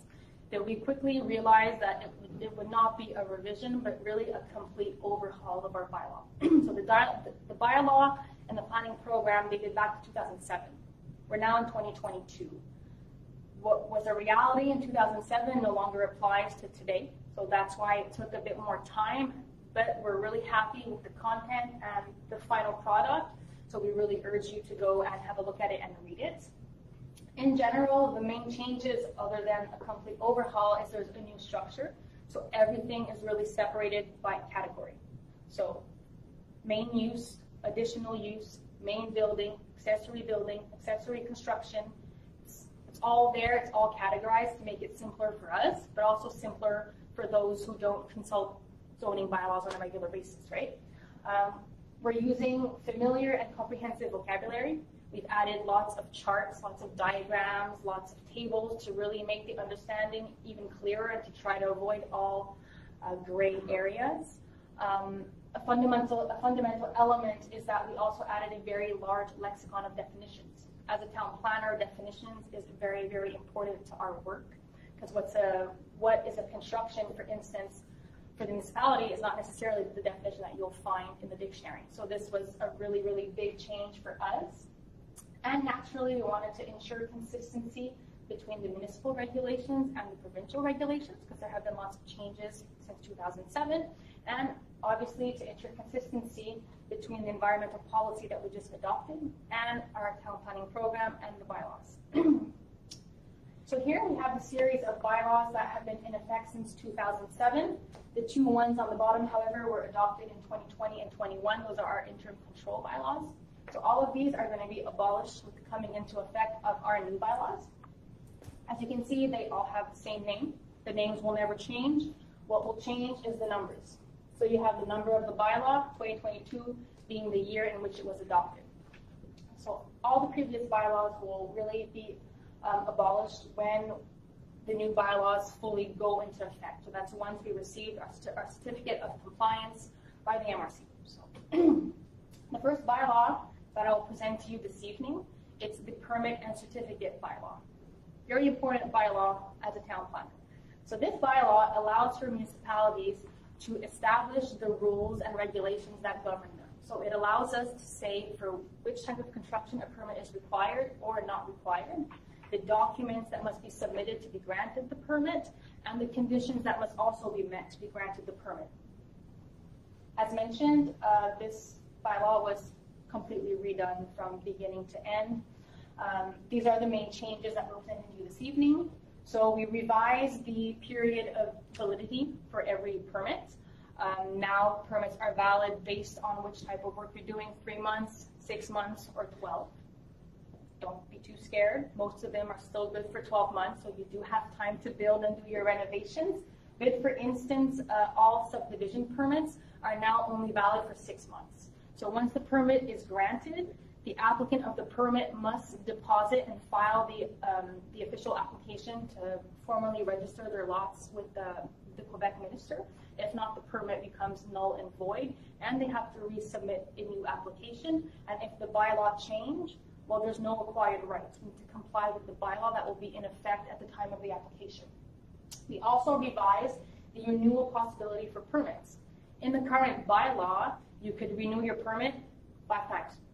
So to build a simple garage and to finish the outside siding, it could take 5 years. As long as you renewed your permit, there was nothing that the municipality can do to a certain extent. That era is over. So now it's possible to have one single renewal. So for instance, for a new build, a new home, the initial permit is good for 12 months.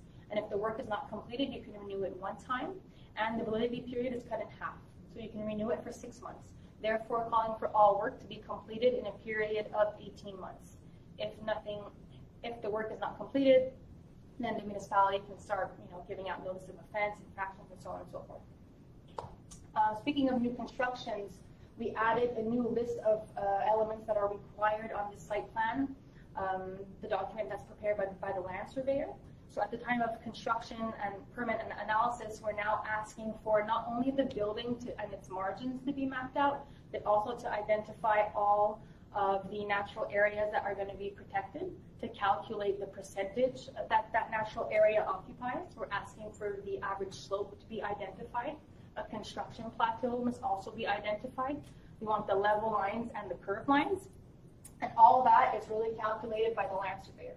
So at the time of the initial permit analysis, we can right away ensure compliance to certain provisions in our bylaw. We also withdrew the possibility for new constructions for properties that are adjacent to roads that we call motorable or practicable. So think of, for instance, an old forestry road, which wasn't necessarily designed to accommodate homes, but really simply to access the lot for forestry reasons. So that's no longer possible. So all new constructions must be adjacent to either a public road or a private road that is recognized by the municipality. And finally, as mentioned, we added a lot of terminology, diagrams, and sketches. The next bylaw is the zoning bylaw, which is probably the most popular bylaw. As you can see, the slide is pretty full, so there was a lot of things I wanted to share with you this evening, but I had to really keep it to the one slide. So what is a zoning bylaw? The zoning bylaw allows the municipality to create and divide its territory into zones, in which we can then regulate land use, building size, building setbacks, and really, ensure compatibility of various uses between different zones. This bylaw took a lot of time. We really took the old one, put an X on it, and started fresh. It's been completely overhauled. So these are the major changes. So for instance, we increased all the fines for non-compliant to a bylaw. So the fines have been doubled. So the minimum fine is $500 plus fees, which brings it to roughly $600 per infraction per day. Another interesting change is that we created a provision that's specific for short-term rentals. So now the simple act of posting, thank you. So now the simple act of posting or advertising a short-term rental and not having the permit is an infraction. So whether you are posting it online, in the newspaper, or on a stick and on a sign on your property, you can now have a $1,000 fine per day. And if it's a property that is owned by a company, the fine is doubled to $2,000. So that's really a major change for the planning department in helping us to adequately regulate short-term rentals on our territory.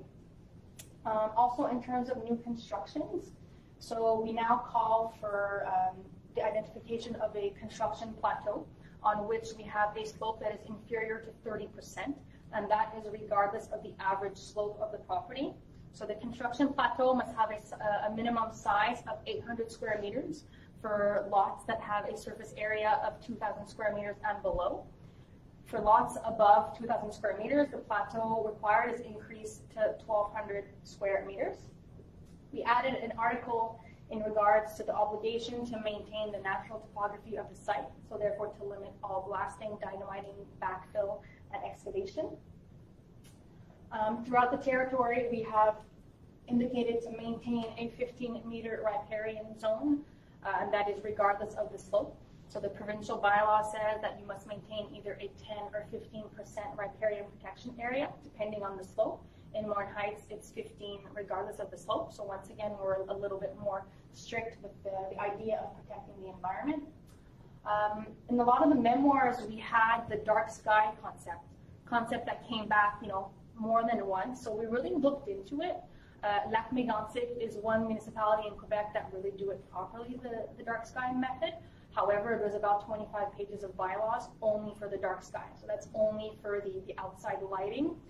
We're a small municipality, we're not too many in the town planning department, so to really fully adhere to the dark sky method, you know, was a little bit much. Would have been quite a drastic change for a municipality that had zero regulations to simply move right away to dark sky. However, we did listen to your request, and we did go one step further. So now all translucent light lampshades are prohibited, and the light must be oriented towards the ground, therefore limiting the amount of projection in the sky. Also, we added provisions and regulations with reference to hobby farms and everything to do with agro-tourism. So we created a framework to adequately regulate farm stays and farm tables, so also known as table champagne in French. An interesting element that we added is right here, so the possibility to build a guest house on the same lot. In order to be able to do so, we have to have a property of 8,000 square meters and more. This is a guest house. This is not a second dwelling. This is not a building that can be used for short-term rental, and it must not be considered livable. What we mean is that it cannot have a bathroom, a kitchen, and a bedroom. All you can have is a bedroom and a bathroom. So it's not a second dwelling. It's really to provide the owner of a property's guests with a bit more intimacy. But you have to have a very large lot of 8,000 square meters and more. We revised the zones in which we allow for short-term rentals, and we also abolished the minimum number of rooms required. So prior to today, we were asking for buildings with a minimum of 5 bedrooms, which is a really good party when the house is rented. But 5-bedroom homes are also a lot more rare than 2 or 3-bedroom homes. So now, as long as you're in the proper zone for short-term rental, you can be granted your permits, but the number of rooms that you will rent will also have to comply with the capacity of your septic system. We did a complete overhaul of all the acquired rights, so also known as the grandfathering clauses. In our old bylaw, you could voluntarily demolish a building and rebuild at the same place, which is pretty loose, you know, it's pretty nice. However, now what we're proposing is someone who wants to voluntarily demolish a property, when comes time to rebuild, you rebuild in compliance with today's bylaws. If a house catches on fire, that's something else, but when you voluntarily knock something down, or you're voluntarily rebuilding in compliance to the bylaws that are in effect.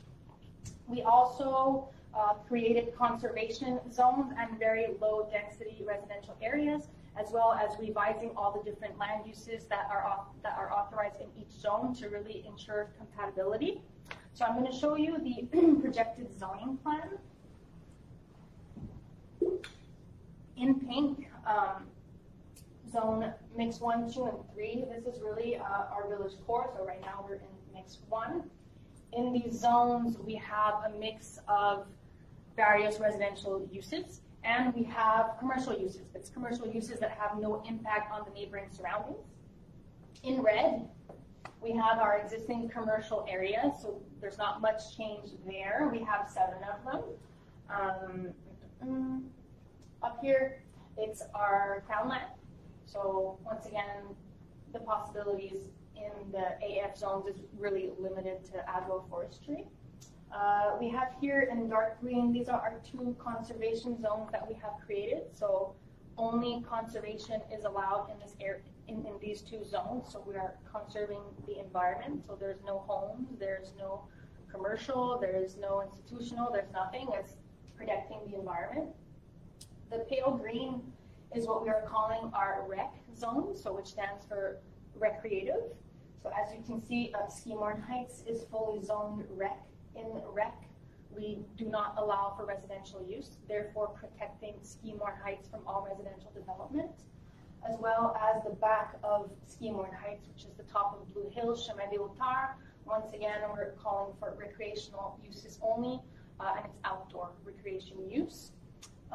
Interesting element as well in the orange zone, so zone RF2. These are the zones that we created in which we have very low density. These zones reflect today areas that aren't as heavily populated in Morin-Heights, so we really want to protect, you know, the remaining areas that we have. Some of the zones are also mountain peaks. So this is on top of Elf on the way to the village. And in these areas, residential use is still permitted. However, to subdivide a lot, we're asking for 16,000 square meters and more. So it's very, very big. Therefore, limiting the amount of residential development and really protecting a little bit more the environment as well as our landscape by protecting the mountain peaks. Moving on to the subdivision bylaw. Another fundamental bylaw for urban planning.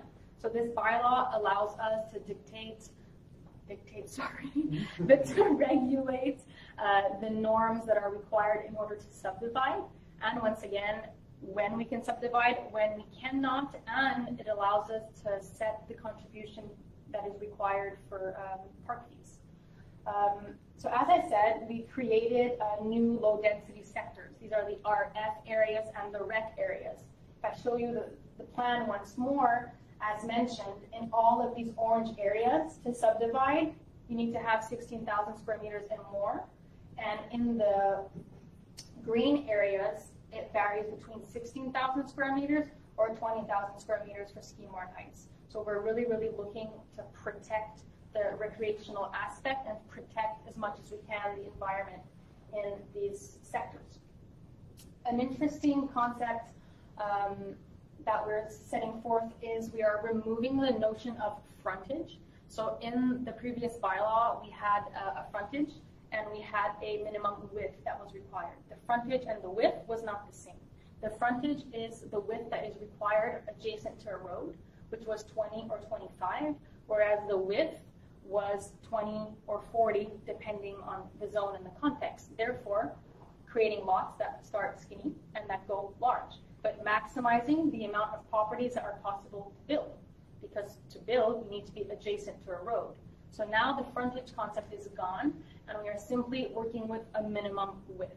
For instance, for lots that are not serviced, the minimum width that is required is 50 meters. And in certain areas that are serviced, like the village or Balmoral, it varies between 20 and 25 meters. And that width is required, yes, where the road is, but it must be maintained for the minimum depth that is also required for the lot. Another interesting element that we added is we added a provision for all lots that are adjacent to water. So if you're adjacent to a stream, or if you're adjacent to a lake, the lot needs to have a minimum width of 50 meters where it touches the lake. So therefore, we're really limiting the amount of access to water and really protecting as much as we can our lakes and our rivers. Prior to adding this provision in our bylaw, the land subdivision plans that we would receive would really finish in a piece of pie. So therefore, maximizing the amount of people that can have access to the water. We also created a section in which we're calling for more standard and uniform lots. So we're looking for a more rectangular shape, trying to move away from the zigzags. Obviously, if there's a natural constraint such as water, we understand the shape of the lot will vary a bit. We're really looking to have something that's more uniform. When we adopted the interim control over a year ago, we increased the minimum contribution for park fees to 10%. So we are still proposing to keep that 10%. And for your information, 10% is the maximum that the municipality can charge. We can't charge more. It's the maximum that's prescribed by law. However, again, looking to push the bylaw a bit further, that 10% is not calculated on the municipal evaluation, but on the projected evaluation. So the municipality hires a chartered appraiser that is paid for by the applicant, and the calculation is done with the methods in regards to expropriation. So what we're going to get is that 10% that is taken on the market value and not municipal value. So we're getting much more than what we would get. Also, we are prohibiting the opening of new private roads. So only the existing private roads can be finished. They can be prolonged for a maximum of 300 meters, allowing them to either connect to an existing road or to build a roundabout if it's missing. So we're really limiting the opening of new roads. An interesting element is all new roads, so public roads, must be located at a distance of 60 meters, from all lakes and streams. That was already in application. However, now what we're adding is that 60 meters is also applicable for all wetlands that have a surface area of 500 square meters and more. So once again, looking to protect as much as we can the environment and really direct development into areas which will limit its impact on our environment. The last normative bylaw that I'm going to present to you this evening is our construction bylaw. It's not very long, it's 12 pages. If you want to pick one that's short, I suggest you take this one. So this bylaw allows for the municipality to regulate the domain of the building by adopting construction standards that are higher by those set in the Quebec Construction Code, or to cover elements that are not covered in the Quebec Construction Code. So a few interesting changes that we've done. So we have a more restrictive framework for burned, unoccupied, or unsafe buildings. For instance, for public safety, the building has to be barricaded as quickly as possible.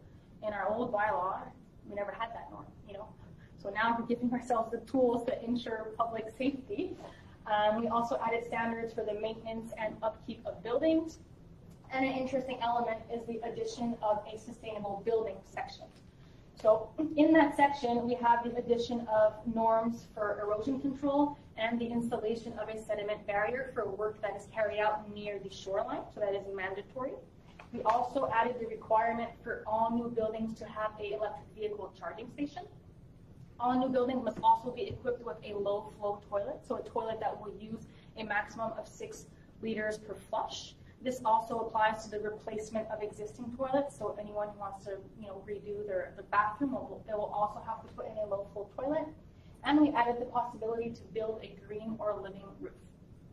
So that completes the normative bylaw section. So now we're going to move into the last 3 bylaws that I'm going to present to you, which are what we call the discretionary bylaws. So these bylaws call for an extra step that the applicant has to go through in order to be granted their permit. So it's an evaluation that is done and based on a series of objectives and criteria that is set forth in this plan. And in my opinion, this is where it really gets interesting, and once again, where we really go one step further. So the first bylaw that I'm going to present to you this evening is the Site Plan and Architectural Integration Program, commonly known in French as the PIIA. So this bylaw, it's not new from Morin-Heights. We did have one. It was bylaw 420. However, this PIIA had one objective and a series of criteria that was applicable for different zones in Morin-Heights, but these zones don't all have the same reality. So it was difficult to apply that bylaw to different areas. So now what we've done is we have created areas and types of intervention that are going to have to go through this qualitative evaluation. Those areas are all new homes or home extensions in height that are located at a sea level of 350 meters or more. All new constructions and exterior renovations in the village core or on certain areas along the 364 and the 329, as well as all major land subdivisions of 5 lots or more, or subdivisions that have the effect of creating a new road or of extending an already existing road. The general objectives, we have 5. Preserve the environment, limit deforestation. We want to limit the crossing of streams, ensure the integration of the buildings into our existing landscape, and really to preserve our mountain peaks, so to preserve the beauty of what is Morin-Heights. So the first one I'm presenting to you this evening is what we are calling for the elevation sectors. So you have here a plan of our territory, and everything that you see in yellow and in red is located at 350 meters and more above sea level. So all new homes, all new builds, and all new extensions in height are going to be subject to this special evaluation. The objective is to ensure the harmonious integration of the main building into the existing landscape. So we're not looking so much to control the architecture, because we are quite lucky in Morin-Heights. We do have a lovely quality of architecture. But what we're looking to do is control the integration of the building into the environment. So we have 4 evaluation criteria that will be looked over at the time of permit application. So naturally, the project must aim to preserve the natural topography of the site, once again by limiting blasting and backfill. The project favors an implementation on the site where the building can be naturally integrated and blend into the existing environment. The color choices for the walls and for the roof must really integrate itself with the existing environment all season long. And once again, the lighting proposals are subdued and limited for security purposes only. Therefore, the aquarium homes with 20 soffit lightings on the front, that's no longer possible. 20 lights is not for security purposes, so there's going to be a qualitative evaluation that will be done at the time of the permit application. Other interesting element that now is subject to the PIIA, as mentioned, it's all land subdivisions that have the effect of creating 5 lots or more, extending a road, or building a new road. We have 2 objectives. So to plan the road network by considering the natural and existing landscapes of the area, and to propose a subdivision plan that is also adapted to the existing landscape and the natural area. We have 4 criteria. There are more, but I'm presenting to you once again the more important ones. So the alignment of the street follows the area of least impact on the environment. So we're looking to find a more direct route. We want to limit stream crossings. We want to limit blasting, backfill, alteration of the topography. Really, we want this street to go in an area where it makes more sense to protect the environment. We also want the chosen routes that allow for the proper construction of ditches and stormwater retention when necessary.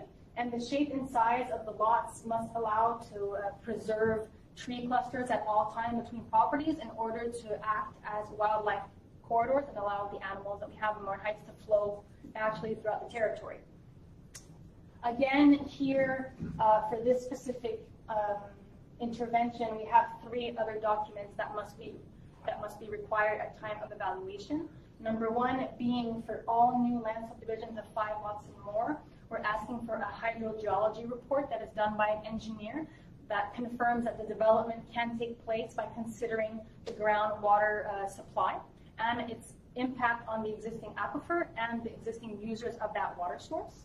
We're also asking for a report that is signed by a professional in which it states that the site can adequately control and treat wastewater, therefore confirming that septic tanks and sanitary installations can be properly installed.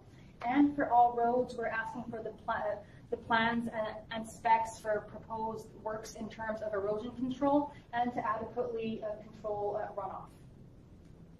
The 2 other areas that are subject to the PIIA concern the village core. So as mentioned, all new builds and new extensions or exterior renovations in the village and along certain areas of the 364 and 329 will be subject to the PIIA. The objective is really to promote interventions that contribute to the village ambience and the village vibe of Morin-Heights. We have 5 elements that we are using as evaluation criteria. So the proposed volume has to adequately integrate itself with the existing form. So we're a village. We don't have these massive Costco-sized buildings. It's small. We're a village. We're looking to maintain that same village vibe, that same village feel. So we want proposals that will really fit in with what we already have. Once again, the lighting proposal, we're asking for it to be subdued and to really integrate itself to the village core. The proposed architecture details and colors must contribute to the village dynamic and really propose a harmonious integration. And we're asking for all new commercial or public buildings on the main floor to really have lots of windows to make it interesting for the pedestrian or the cyclist, just to really help animate our village core. And finally, obviously, we want the layout to be planned in such a way that all buildings have the same kind of setback from the street. So we don't want one really close, one 10 meters behind. We're really hoping to, occupy the public space, have our Morin-Heighters come in our downtown core and to really stay there and limit the place for the car so that we can take over the public domain. And finally, we have the proposition of a mural. So Morin-Heights is not only the cross-country ski capital, but we are also a very musical city. We are an artistic city. We have lots of painters. We have a lot of, really, really creative and talented citizens here. So we're really looking to set that forth. So the objective is to propose an artistic work that contributes to the living environment of Morin-Heights. So we have 3 criteria for evaluation. So naturally, we don't want anything to be painted on a wall. We want something that's going to be, that will reflect and be inspired by the history of Morin-Heights, be it something musical, something to do with cross-country, something that is really our identity. And the mural and its content must be in harmony with the landscape and be visually accessible by the public domain. You can't trespass to go and see this mural. So yeah, that was an element that we found was really cool and that really was kind of in harmony with our community and the artistic vibe of Morin-Heights. The next bylaw that I'm going to present to you this evening is the minor exemption bylaw, so commonly known in French as the Règlements mineurs. So this bylaw allows for the municipality to grant an exception procedure for something that does not comply with our bylaw. As you can see, there's not too much content on this slide because not much was changed. Because it's pretty straightforward. However, we did have to comply with Bill 67 that was recently adopted by the provincial government, which now states that municipalities can no longer grant out minor exemptions if it's on a provision that was adopted to better preserve the environment. So for instance, let's say someone has a property and they're adjacent to a lake and they want to build or extend their existing deck into the riparian zone, which is 15 meters, but they want to encroach 1 meter.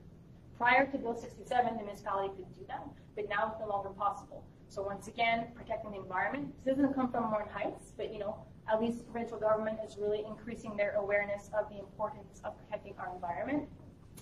An interesting element, however, that we did add is this one right here. So a period of validity. So once council grants this resolution to authorize this exception measure, the permit must be delivered within 12 months, and the work must begin within 12 months. If not, that resolution becomes null and void. So therefore, if the reality of Morin-Heights changes, we can't hold this resolution against us for 10 years. So after 12 years, it's done. We have to submit a new application. So the final bylaw I present to you this evening is called the Specific Construction, Alteration, or Occupation Proposals for an Immovable, commonly known in French as PQC-moi, so Projet Particulier de Construction, d'Occupation ou Modification d'un Immeuble. This is quite a lengthy procedure. Once again, it's a bylaw that allows a municipality to grant an exception for a major project. It's not a bylaw that you would use, for instance, to allow someone to build a garage that doesn't comply. It's really mostly used to authorize really, really big projects that don't comply, but however, that respect the strategic vision of Morin-Heights and that do comply with our planning program. This type of procedure is also subject to public consultation. So people who are in the zones concerned will be able to have their word. We can call for a referendum. And this type of project cannot be approved by council if it does not comply with the planning and with the land use and development plan of the regional county municipality. So it really is an exception measure. It might not be used often. However, it is there in case we do have a major project that really, really is compatible with Morin-Heights.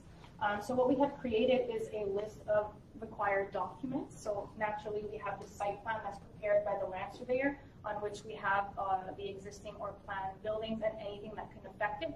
So for instance, if there's a flood zone or a wetland or a waterway, so all that has to be identified on that plan. We're also asking for visual perspective. So we want to see how the building will integrate itself into the existing environment. One perspective must be taken by the road, it's mandatory. And a document that justifies for each element that does not comply, the reason why they can't comply, and the impact that it will have, if one, on the surrounding. Once again, we added a period of validity, so it's 12 months. So once council grants the approval of this project, the permits need to be issued within 12 months. If not, once again, it is null and void. So that concludes the presentation part of the town planning bylaws. Like I said, I can't go over it all with you this evening. They are available online. Currently, they are mostly available in French. We do have 3 bylaws that are made available in English. The rest are coming. We're trying to get them up as soon as possible. However, for us to have the documents translated in English, we had to have the final document ready. And I was working on that bylaw with council, with Hugo, up until the last possible minute. So we adopted them on the Wednesday, but we were working on them up until, Tuesday. So that's why it's taking a bit more time for the English version. However, you do have 3 that are already up there. I still invite you to go read the French ones. If there's certain topics that are really of interest to you, my English is pretty good. You can come see me, you can give me a call. I'll be happy to help you out and to translate the French one for you. So now we're going to get into the timeline and the final adoption procedures that are left for the coming into force of our town plan and our bylaws. So we granted the mandate to Madame Doyon back in April 2021. So from April to July, she really did the portrait and the diagnosis of Morin-Heights. So this lady came to Morin-Heights more than once. She wanted to know what is the reality around Morin-Heighters. What is Morin-Heights? What does it look like? She read all of Dawn Stewart's book. She really wanted to fully immerse herself in Morin-Heights' reality in order to give us a proper town plan and proper portrait. We received the first version of the town planning program back in July 2021, and since then we have really been working on making it better and working on all the regulatory framework that will help us apply this town plan and our vision. As you know, we began the adoption procedures on the 14th of September, so Council officially adopted the first version of all of our bylaws.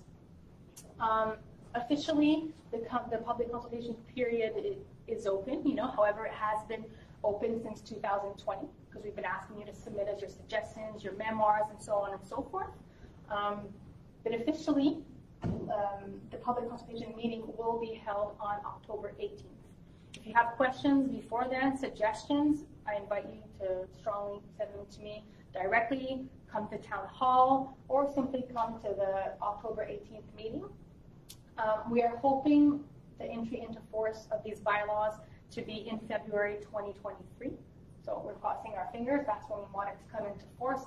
However, we do have to go through the regional compliance examination that's done by the MRC, and the law states that they have 120 days. So they have 4 months to go over my bylaw and issue us our certificate of compliance. Because if we do not get that certificate, the bylaw cannot come into force and we need to rework. However, we've been working closely with the MRC, so we don't see any issues in that sense. So as mentioned, the official date of public consultation is on October 18th. It will be at 7 p.m. at Chalet Bellevue. At this meeting, there will be no presentation of the bylaws. It really was tonight.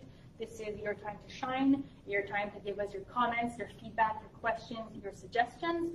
But like I said, please don't wait. We have created an email specifically for that. So it's consultations with an S at morinheights.com. If you don't have a pen, don't worry. The presentation will be up tomorrow. You'll be able to get back to the address there. So just to finish, we now say moving forward. So why moving forward? Because we fully believe that with the coming into force of our new town planning program and its bylaws, that we are now adequately equipped to better respond to the reality of Morin-Heights today, in terms of protecting the environment, adopting more sound and sustainable practices, and really ensuring the protection of our environment for the years to come. So the orientations and objectives that we have set forth tonight and in the planning program are really focused on improving the quality of life, creating complete living spaces for our citizens, redirecting all development into the areas of lesser impact, protecting the environment, protecting the landscape that is Morin-Heights. Yes, Morin-Heights is maybe changing for some, but I can assure you that the sense of community is really stronger than ever. And for the public and for our administration and for the members of council, it's really, really important to us to, yes, change. Well, not yes, change, but regardless of the change, to really maintain that proximity with our citizens. We've always had that strong sense of community. We want to keep that. We want to maintain that because our residents' well-being and quality of life is really important to us. A lot of you are here tonight, so clearly this is a topic that's of great interest to you all.